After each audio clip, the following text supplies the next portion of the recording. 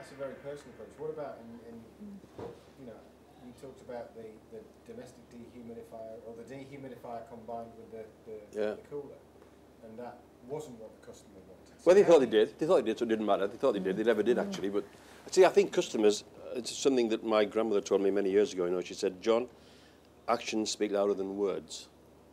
Now, what she meant was do it instead of talking about it. But think of the other way around, actually. Look at what people do, not what they say they do. I've done so much market research that hasn't worked out. Because we're actually, us humans, lie to ourselves. Or we say what we think you want to hear, or look at what people do, not what they say they do. You know, will they spend the money on it? Not will they say they spend the money on it. And I think you've got to do market research, but you've got to just accept that people will not always say the right thing. They'll actually say something that they don't actually mean. Look at what they do, not what they say they do. And so, you know, and I mean, people do buy off people, don't they? And if you know, you've got to think what they want. I mean, one of the things in dehumidifiers is that it's very tempting to try and make the very best water extractor. That isn't the most important thing. It's how it looks, how it feels, how the knobs touch is actually more important than its capacity to take out water. It needs to take out water, but it's how it feels, and it's not how I think it feels. It's how the customers think it feels. You know, so it's just looking to see what people do. You know, and the real test is, will they buy it? So the best award is customers buying your product, isn't it? Yeah. That's the best award you're ever going to get, and that's based on reality. And so, yeah, you need to do market research. You need to talk to customers. But you need to figure out what they're saying as well. It isn't always that obvious. I mean, many people said, if you did this, I'll buy it. You do this, and they don't buy it. You know, that's happened many, many times. So it's all about balance and thinking about it. And I'm going to finish before we open it up and ask one very simple question. Customers or your people? What's most important? Both. To a degree. That's not an option, I don't think. Well, people... No, you say people, and I'll say customers. Well, right? your people...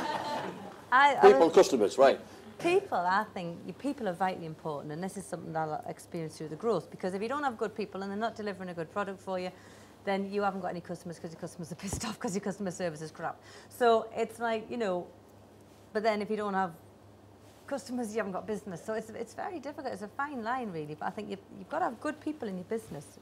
I feel that, and I'm experiencing that with the growth of my business. The biggest difference is the person at the top, actually. Because, and the further you go down, those people, other people get those people as well. The biggest difference is the strategy stuff. Yeah. But you need all of those things. You need, you know, you need your momentum, and that's customers, talk to customers. You need them both, but, you know, you couldn't have 0 on people and 100 on staff and vice versa. But whether it would be 60-40 in favour of customers, depends where you are in the business as well, and how many people you've got.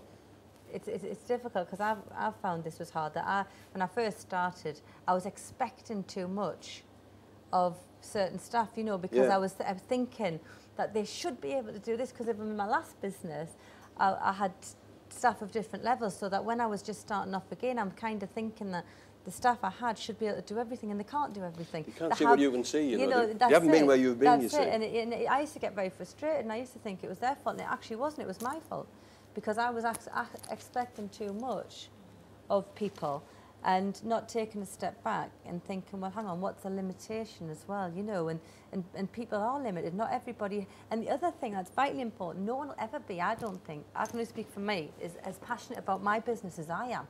My staff aren't going to be passionate about my business like I am. And if I think that they are, I'm going to be disappointed, because they want to go home to their family. They don't live, eat and sleep my business. Do you know what I mean? I do, because it's mine.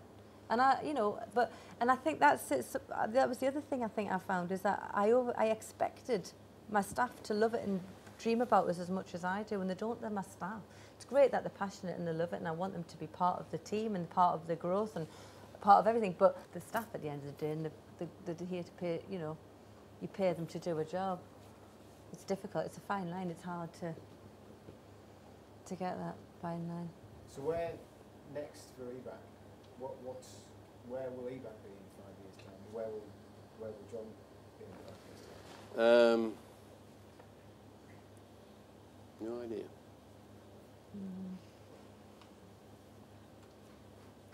Don't do 5-year plans. Only 4. No, look. I mean, this year's been. We've had 3 tough years actually, probably 4 tough years, and that's what happens every now and again in business.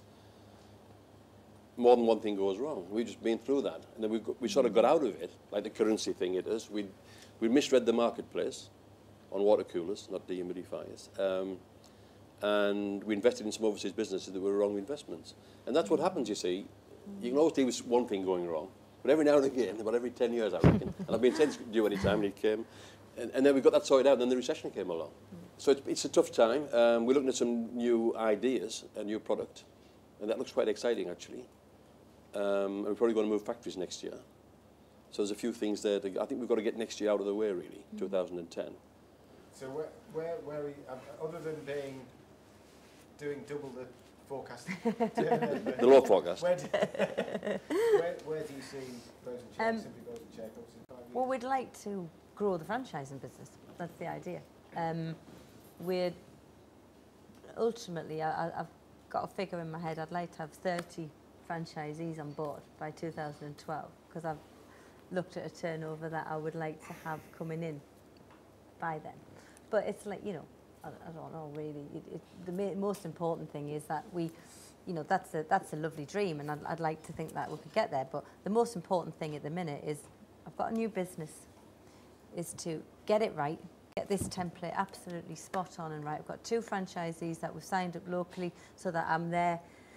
I can work closely with them, you know, getting the brand right, getting renowned for delivering quality, getting a good name for ourselves, you know, building good relationships with our customers. You know, we've got all the 5 stars, but that's today. You know, we've got to maintain that relationship and ensure that, you know, we're ahead of the competition, and we're always coming up with new ideas. We're in product development.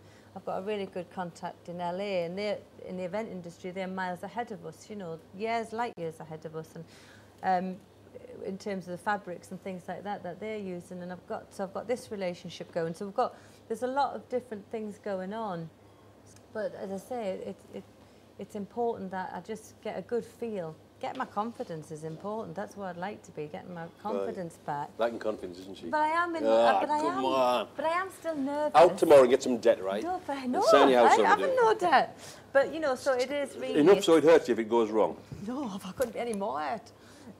But no, that's it really. It's making sure, maintaining this business, growing the small. I have like my small business and my franchise. So maintaining that, keeping good customer relations, getting new business for myself, for my territory, and then developing the franchising business. So see where we go.